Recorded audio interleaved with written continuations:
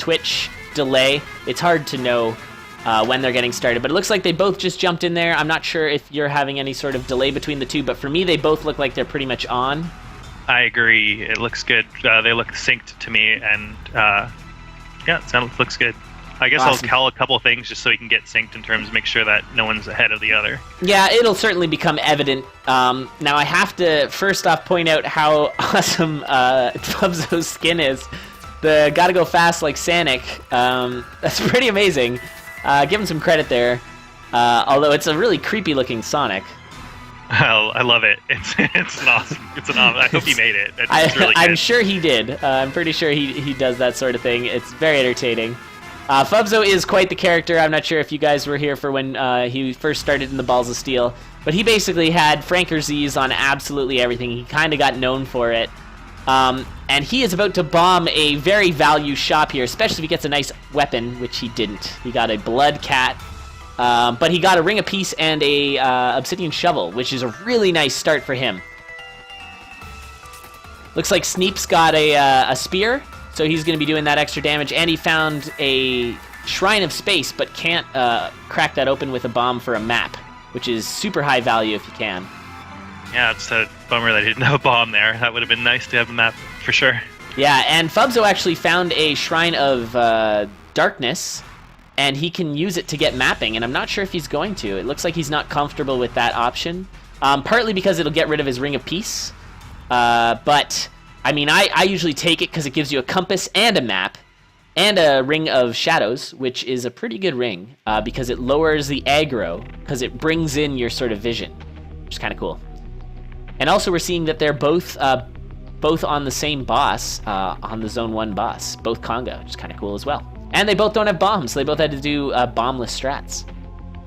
Sneep got a Obsidian longsword from the Conga fight. That's pretty great, especially considering Sneep didn't really get much going at the start like Fubzo did. Fubzo got a lot of good things going in, and Sneep just made it all the way to the boss on just that spear. So yeah, I find the best for racing, I'd say most of the time, what you're going to want to do is just run as fast as you can to that Zone 1 boss and hope for a good item in the black chest. Which is exactly what Sneep did. And Sneep's going pretty quick. Now, I don't know a ton about Sneep as a racer. I know Fubzo is quite good at this game, very good at going fast. Sneep is a bit of a dark horse. We'll see how he does. We've certainly, in the past couple weeks, had a couple racers that were very unexpectedly awesome at this game. So I really do hope that happens. I love to see that. It's nice to know that there's so many people who are so good at this game. Yeah, I also don't know that much about Sneep. I know that he's done a few SRL races, not too many, but I think he's ranked 17th on SRL right now, and that speedruns live. That's pretty good. There is a lot of people on that SRL leaderboard, so that's not too shabby. And actually, Fubzo looks like he's taken the lead. He found himself a glass whip in the Zone 1 boss. And he uses the freeze spell to just freeze everything in Deep Blues. So I don't know what's going to happen here once everything unfreezes. It looks like he managed to clear away enough of the enemies that it's not going to be an issue. Yeah, he's fine. But that Deep Blues might be the story of the night tonight. I guess we'll see how it plays out. But I don't know if you heard, Dune, or saw, but Deep Blues is completely different now because of the new movement. The priorities are different. Yeah, I have played it a little, and I noticed that there, the old strats or anything that you're comfortable, any patterns you're comfortable with, are not still there. So you gotta relearn. We have to relearn our strategies for that.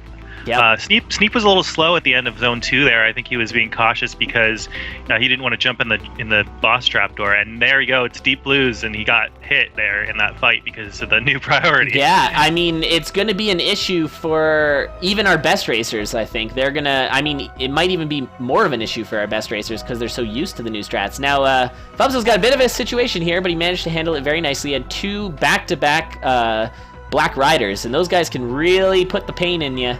But he does have 3 hearts, so he should be okay if he takes 1 hit from them. And he actually exchanged his glass whip for a obsidian whip. He seems fairly comfortable with the whip. But with this game, sometimes you can't tell how comfortable they are because, you are killing things as you move, but maybe he's meaning to move and he kills stuff. Hard to say. And he's actually on the Zone 3 boss first, so Sneep's got a motor here. Now, whip is kind of tricky against what's his name? Death Metal. But Fubzo handled it very nicely, and almost exactly 5 minutes, Fubzo wins.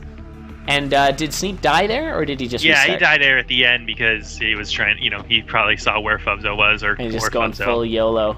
Yeah. All right. Or Fubzo called finished or something like that. All right, so we're going to let them just keep moving here. So I'm just going to type to them very quickly. Nice race. Keep going. That's awesome. 5 minutes is a really fast time. Yeah, 5 minutes is quality. 5 minutes is top tier racing, and that is what we expect from Fubzo. He's a very, very solid racer.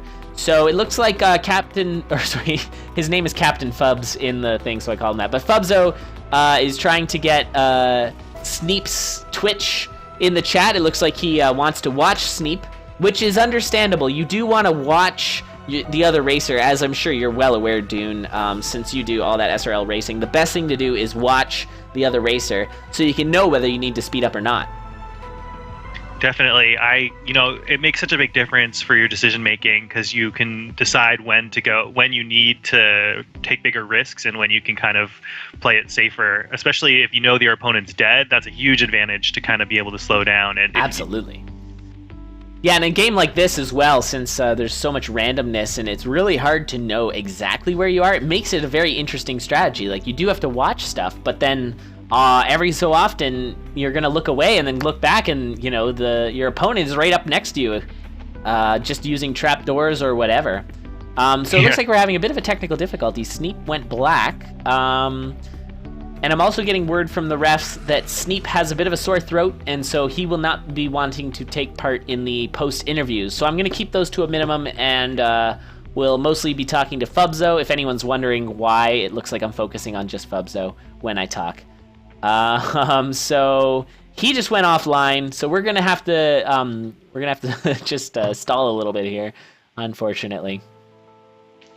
It is really hard to, just talking about watching your opponent, it's really hard in Necrodancer because you really have to pay so much attention the whole time. If you just lose concentration for one beat, you can get hit, and that could be the end of your run. So it's very difficult. And when you're playing The Binding of Isaac, for example, it's a lot easier to glance over because there's a lot of empty rooms or certain times when you can kind of relax. There's much less of that in Crypt of the Necrodancer, for sure. Yeah, because it's a lot harder to just dive through a floor in Isaac. You basically have to have the shovel. Otherwise, it's generally, I think the vast majority of the maps, you have to go through a pretty large number of rooms to find the exit. Whereas the exits can be pretty close to you in Necrodancer. If I'm not mistaken, there's a whole, algorithm to, it's usually the furthest path away from you, right? In Isaac? In Isaac, that's correct. It's usually the furthest path, so you have to travel through many rooms to get to that boss fight. But yeah, and the other thing is, in Isaac, I guess in Necrodancer too, but in Isaac, if you get hit, it's not the end of your run. But in Necrodancer, if you have a glass weapon and you get hit, you'll have nothing. So it's really exactly. And of course, glass weapon is the fastest of all the weapons. And so you do want to take it, but of course you're causing the risk. And I'm sure we're going to see a lot of that tonight.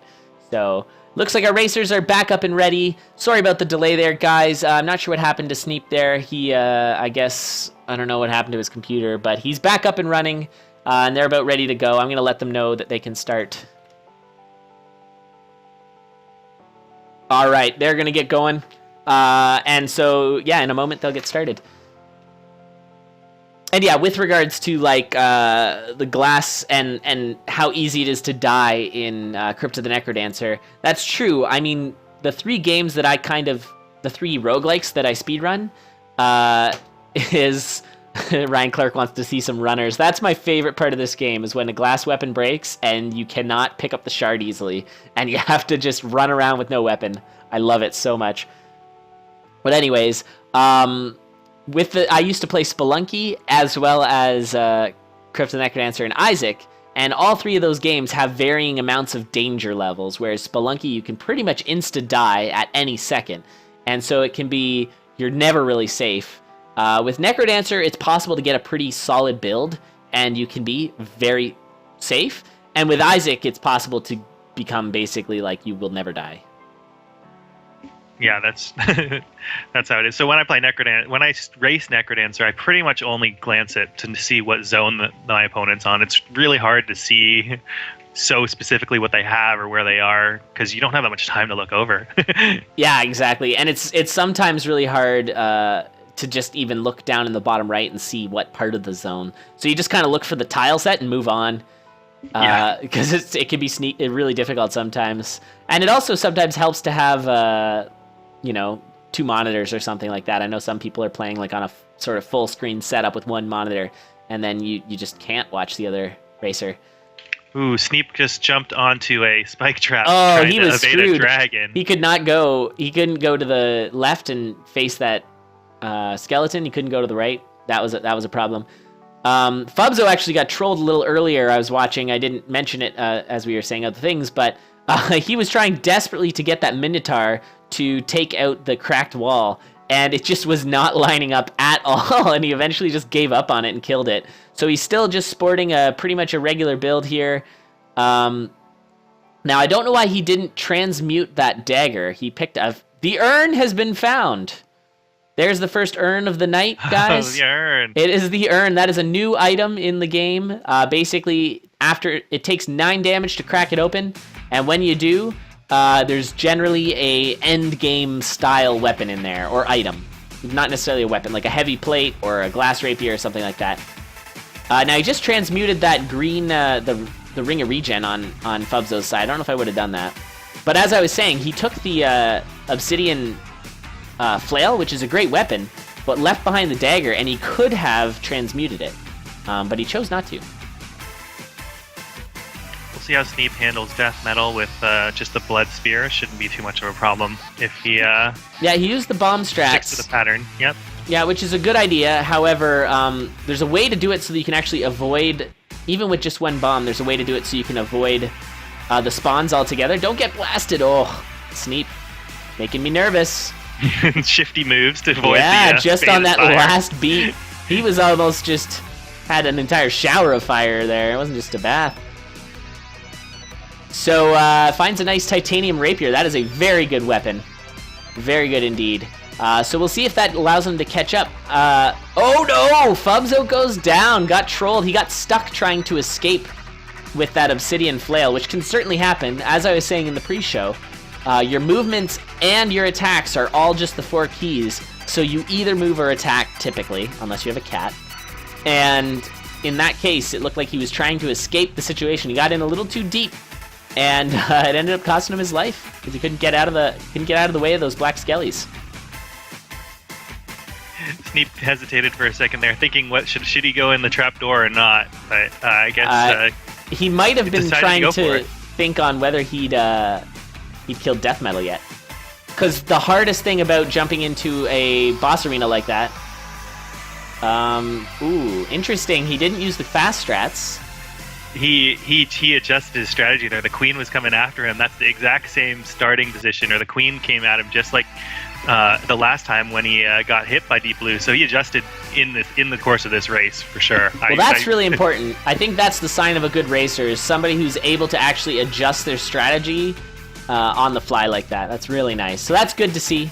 We'll see how he handles Zone 3. He might get Clappa there. Nope. Managed to dodge the Clappa. That was really good. Oh, the red bats came out of that. Oh, no! There. That's the worst. Red bats. And Fubzo is trying to go really fast here. He's got basically his starting build, and he's already on the Zone 1 boss. He did just die, so he's going to motor. And you can go pretty fast in your Zone 1 boss, even with just one bomb. So he's going to definitely bomb Conga's throne here. And some interesting pickups over on Sneep's side. He found one item that makes things a little bit more dangerous, and one item that makes things a little less dangerous. The Ring of Peace, of course, lowers your enemy spawns. Oh, he's got a nasty situation here. Did a very good job. He needs to use that from those enemies. Yeah, I would use that fireball spell. Although it might have trolled him now that I think about it, because it would have probably made that Wraith spawn on his back, no? I'm not actually sure about that. Yeah, that is possible. Or that could have been bad. Yeah, and it might have aggroed the shopkeeper. Wow, those crate rooms are so OP. He just found a Ring of Might, some cheese, and some floaty boots. Although the floaty boots aren't necessarily a good thing, especially when you're behind, because this is Fubzo I'm talking about. Of course, he wants to get into a trapdoor as soon as possible, and with those floaty boots, he won't be doing any trapdoor action. But he still should be able to go fast. He's doing 5 damage per hit now. With that Ring of Might, it's the +1 plus the 4 damage from the glass broadsword. Really good. And a really nice find for Sneep there as he's got himself both a map and I think he just healed up, if I'm not mistaken. Yeah, he's getting all these great items, but kind of at the end of the run with the last zone only, the Ring of Peace is only helping him for one floor. Still totally worth it. Oh yeah, but he's really slowed things down. He's got to be careful because Fubzo is already on zone 3. Fubzo is going so fast right now. And interestingly, he switched up the, oh no. So Dune, you are about a second ahead of me, which is fine. Okay. Just so you know, though. Yeah, okay, got it. I can try and refresh, but I'm going to wait until after the race. That sucks, because that was Sneep's race to win for sure, and now Fubzo just has to play it cool, and play it nice and slow. But he does have a whip, which is sometimes dangerous. I don't know why he got rid of that glass broadsword. I would have kept it. But I guess he wanted the obsidian whip. I don't know, maybe just the fear of glass. Could be, yeah, that could be. But I think, like, safety-wise, the broadsword's a lot safer than a whip. But again, it's preference, and we were trying to figure out if he prefers whips. I guess that's our answer there, or at least prefers them over, whatchamacallit? Broadsword. Broadsword, thank you, sorry. And he just got Ham, praise Ham, he just got a full heal, which is nice, because he was hurting. But even 2 hearts isn't necessarily going to save you in zone 3. And was that a trap there, spike trap? Sneep's panicking a little bit, trying to find something to catch up, but not. I don't think he's. Yeah, at this point, do not panic. If you're racing like this, okay, take the boots of speed and run is what I would have done there. But he must not be too comfortable with the boots of speed. I'm not really that comfortable with them either. Although my first Cadence World record was with the boots of speed, but that was many moons ago. The game has changed dramatically since then. I've been playing with the boots of speed a lot lately, just to test how they interact with different things, and it's really, really unpredictable for a lot of things. Yeah, I need to just straight practice. It doesn't act how you would expect it to act, and I don't know. I've played with it for a couple hours, and like how it interacts with traps and stuff like that is just not how you would expect. So it's really, really hard. Yeah, there was actually a couple things I wanted to try out based on sort of glitching the game a little bit. One thing, and I know Ryan's in the chat, so he might want to hear this, but I have a feeling, and I wasn't really able to test it, but I think you might be able to plant 2 bombs in one turn. And then move afterwards. I just forgot to test it, but I think that you can do that. I'll have to test it. You might be able to plant like 4 bombs. But you could, because I remember when I was dying, I just threw down like 1,000,000 bombs all at once, and then died from them. But I was like, wait a minute, you shouldn't be able to play. Wow, that is a conga line of dogs over on Fubzo's side. All the Franker Z's coming to get him. And that was actually a really sketchy situation too, but he handled it very nicely. And now he's got to deal with that beetle, the Ringo Star over there. And of course, this was a very slow run for Fubzo. Just this one. He's got his speedrun timer off. I might actually ask for them to turn it back on. I prefer it, just to know how long this run has been. But it's slow because he got those floaty boots early. And let's see how he handles Deep Blues.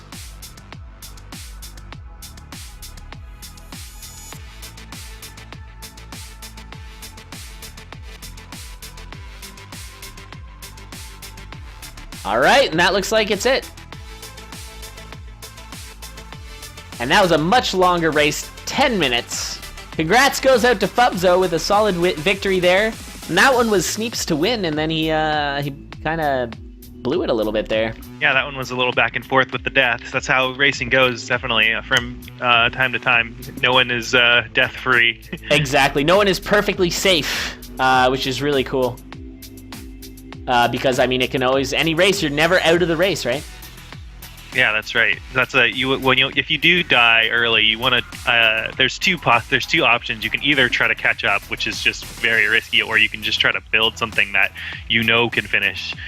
You kind of need to hurry because you want to put the pressure on your opponent so that they might also die. That's kind of a good strategy, I find.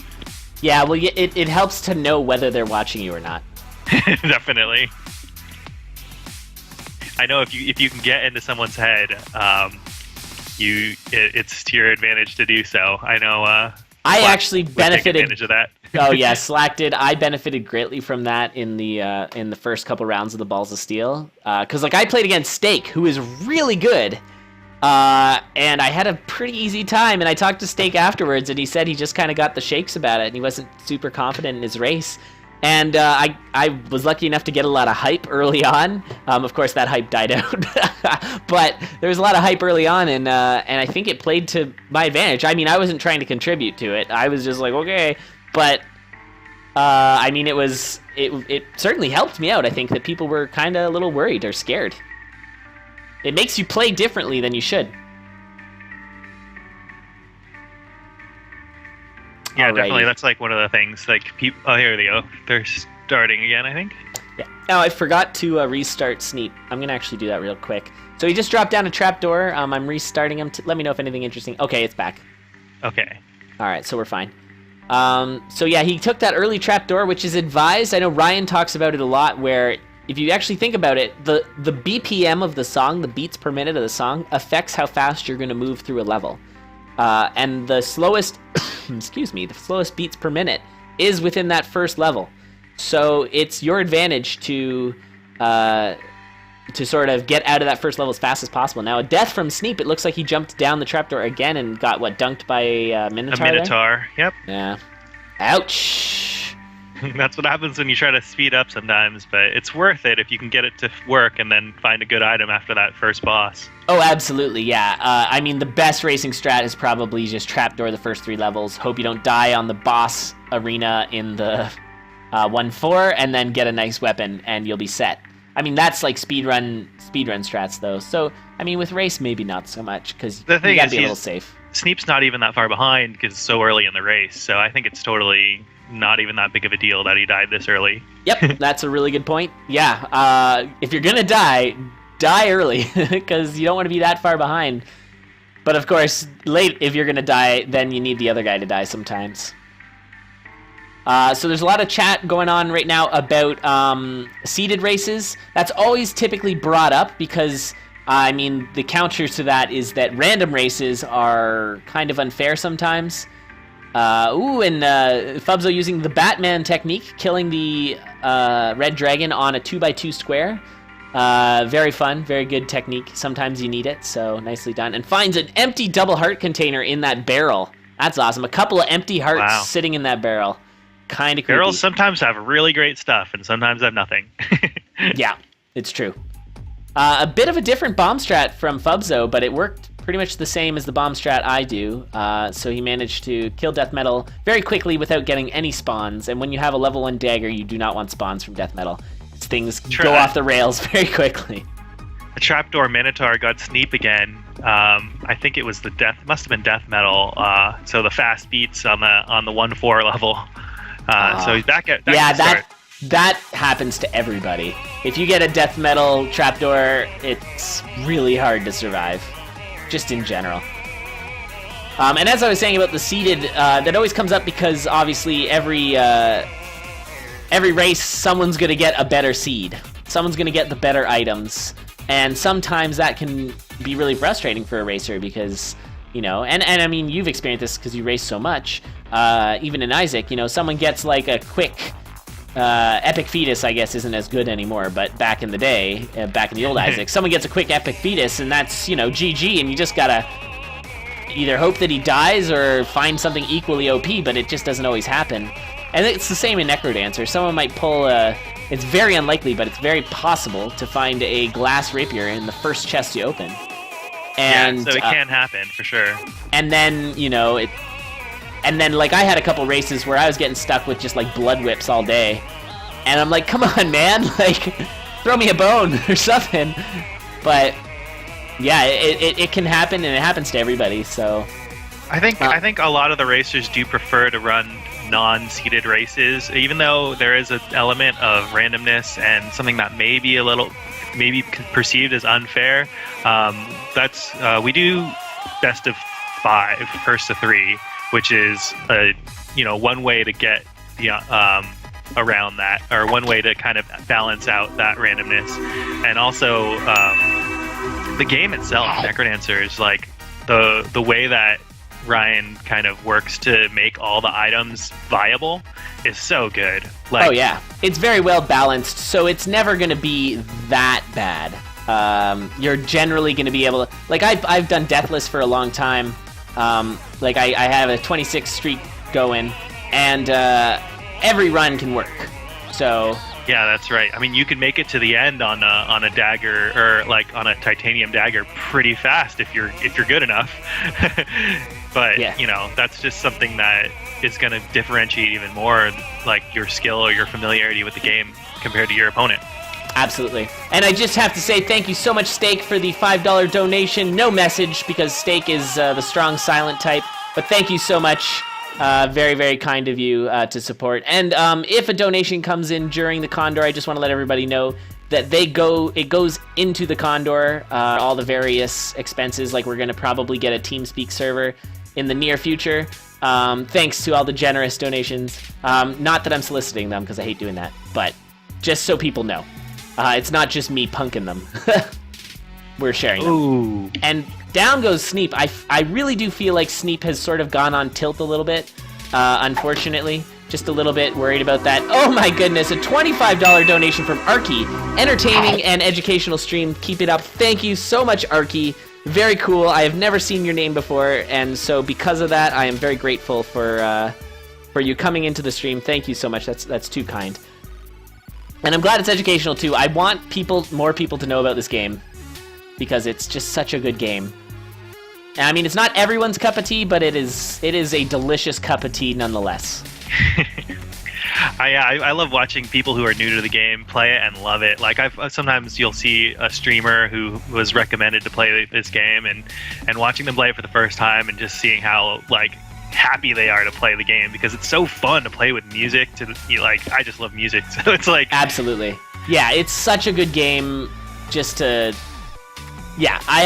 the same way. The blind playthroughs of this game are just super entertaining. Really satisfying play experience if you haven't played it. I remember I was watching this game during the Necrothon, and I hadn't played it yet, and I was thinking, I mean, a lot of people say this, but like, I remember watching it and thinking, oh, it looks easy.